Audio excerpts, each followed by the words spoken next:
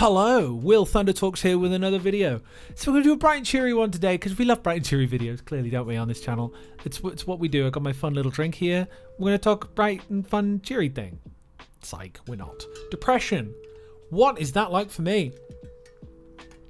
That's on the topic today. So, depression for me. It's not a straightforward one, but it's a slippery slope that I kind of slide in and out of based on a few tendencies I will attempt to be honest about.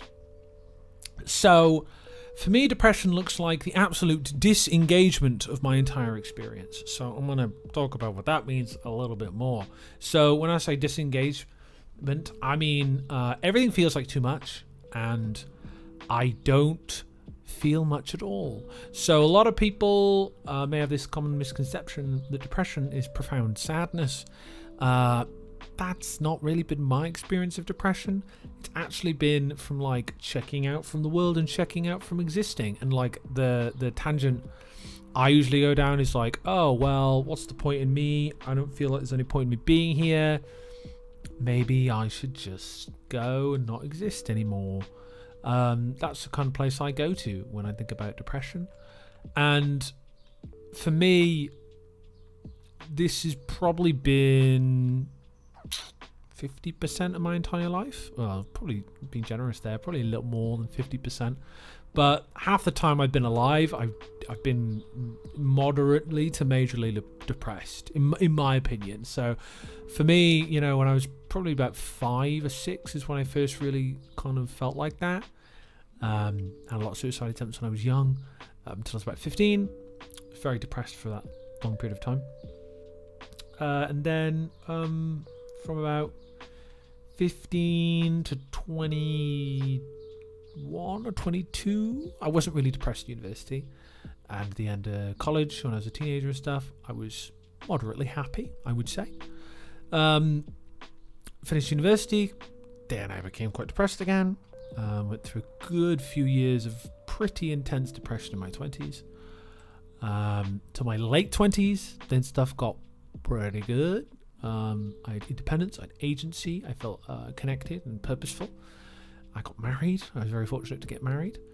And I think that all helped me now. I don't think I'm depressed now. I don't think I've been depressed for a few years, which for me is kind of amazing.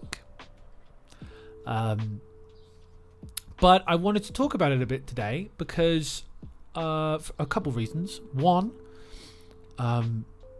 there can be a path out of depression. It doesn't feel like it in the moment, and I ain't gonna tell you it's easy, just do what I did, because it's not easy, and don't do what I did, because what I did worked for me specifically in my specific circumstances, which in a significant part only worked because of luck and other people. Okay, so disclaimer immediately right there.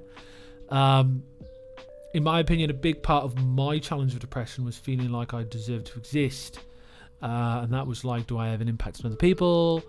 Because I believe that, like, relationally, that's a super key important thing to have in mind. Like, if I'm doing things that are impactful to other people, that kind of validates my existence, right? And in therapy talk, we do that's the external locus of evaluation. But how I think of it is I want to be emotionally impactful on others. I don't want to just mindlessly serve other people, but I want to, I guess, feel like I'm brightening their day in a way that feels valuable to them, which is why I like doing a therapy thing. Doing the therapy thing is points in that direction exactly, because I'm sat with somebody's emotional place, and we're talking about what really matters to them, and I try and open up the floor to explore that. And I think one of the reasons why I have some of the capabilities I do in the empathy I try to express is because I've been through a lot of depression. I've been very low. I felt very worthless. I've had very low self-esteem. For me, it looked like neglecting my health, neglecting my body, overeating, being a video game addict, having aspirations, and then trying to do the aspiration to put myself in a financially positive position, but then ducking out because I felt like I was worth nothing and didn't deserve the good thing anyway, so why should I try? Give up. Those kinds of cycles I've been through a lot, right? And you could put that comes from a lot of different places. I think that comes from my upbringing. I think that comes from probably just some of my neurochemistry. I think that comes from some of the lack of resources I've had sometimes being like a poorer person in the UK.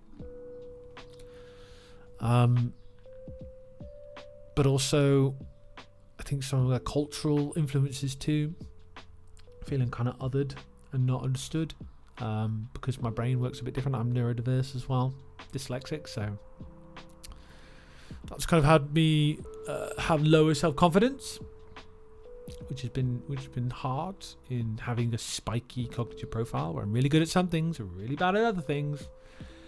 That's really taken a hit to my self-confidence, and then had me question, oh, can I do this? Can I really have this kind of aspiration?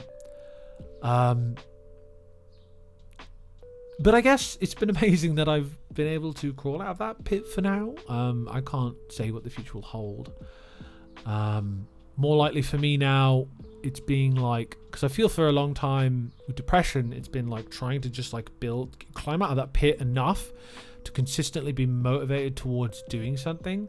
And I think for me, I feel very strongly about consistently engaging with things that really align with my values. So historically, when I've been very depressed, I think I would just avoid any challenge and circumstances that could prompt me to grow, because I'd be terrified of being tested and challenged, and a lot of the illusions of myself, a lot of the grandeur that I had in my head, probably borderline narcissistic kind of ways of looking at myself, would be really challenged, and that would shatter my fragile ego. If I'm very honest with myself, I had a very fragile ego where it's like, I think I'm really good at everything. All the things I care about, but I'm not going to test that in the real world and accept that I will make mistakes, like playing music, for example. I like music. I love music. Sometimes I'm not that good at it. Sometimes I play out of time. Sometimes I don't play parts right.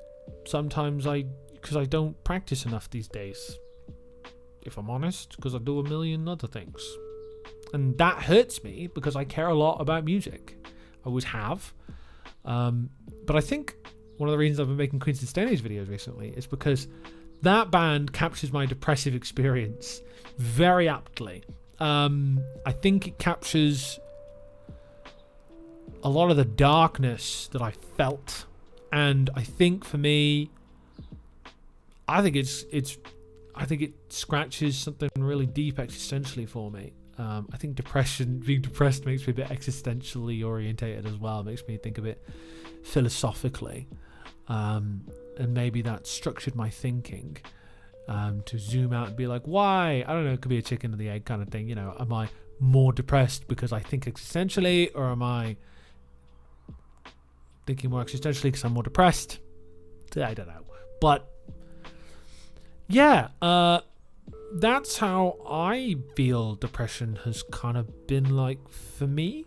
If any of you guys resonate with that, please throw your experiences and thoughts in the comments. Let's be open about our mental health here and our own mental health journeys, because I think that's really valuable and important. It's not black and white for any of us. None of us are superheroes. None of us are amazing, super cool people, even though we like to puff our chests out and act like we are. I'm certainly not. So I'd love to hear some thoughts from you guys in the comments. I'm going to leave it there. If you made it to this part of the video, dungarees. Put dungarees in the comments if you made it this far. You've been wonderful. I've been Will. Mental health, interesting. Explore it. Be how you be, and I'll see you in an E. Take care. Bye-bye.